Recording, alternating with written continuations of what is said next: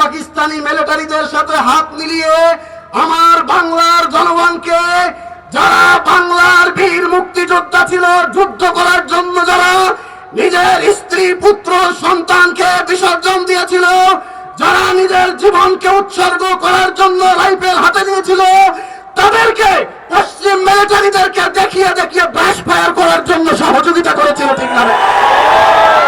এই জামাত সেই জামাত 1971 সালে আমার বাংলাদেশের জনগণকে যখন হত্যা করা হচ্ছিল, আমার মা বোনদেরকে যখন ধর্ষণ করা হচ্ছিল, তখন বাংলার জনগণের পক্ষে অবস্থান গ্রহণ না করে যারা হত্যাকারীদের পক্ষ অবলম্বন করেছিল, এটি হলো সেই বিশ্বাসঘাতক জামাত।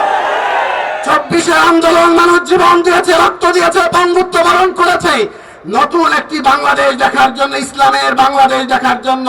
কিন্তু না, পীর সাহেব চরমনাই যখন আহ্বান করলেন ওয়ান বক্স পলিসি, তখন তারা দেখলো যে আমাদের তো আবার খাওয়া শেষ হয়ে যাবে।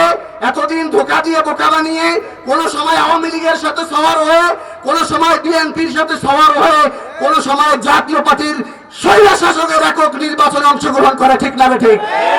তখন তারা কৌশল অবলম্বন করলো, মুনাফিকি অন্তরে রেখে পীর সাহেব চরমনাইয়ের কাছে যে বলল, আমরা আপনার কাছে ক্ষমা চাই, পিছনের কার্যক্রমের জন্য আমরা ক্ষমা চাই, আপনি আমাদেরকে আপনাদের সাথে গ্রহণ করুন, আমরা ইসলাম প্রতিষ্ঠার জন্য কাজ করব। ঠিক না ঠিক?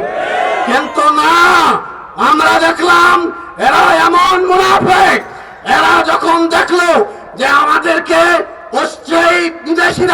বিদেশি প্রভুরা আমাদেরকে গ্রহণ করবে না, ভারত আমাদেরকে গ্রহণ করবে না, তখন তারা দেশের ধর্মভীরু মানুষের সামনে বিশ্বাসঘাতকতা করলো। ঠিক না ঠিক?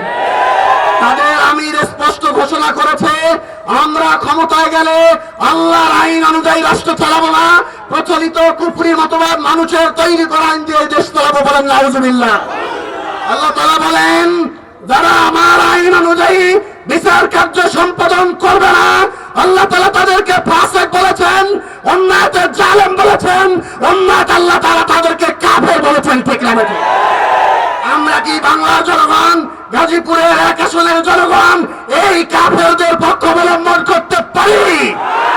তাই আসুন, ঘরে ঘরে ইসলামের পক্ষে কোন প্রতীক থাকলে হাত পাকা প্রতীকের পক্ষে ব্যাপক জনসমর্থন তৈরি করার জন্য প্রত্যেকের সর্বোচ্চ কুরবানির নজির স্থাপন করি।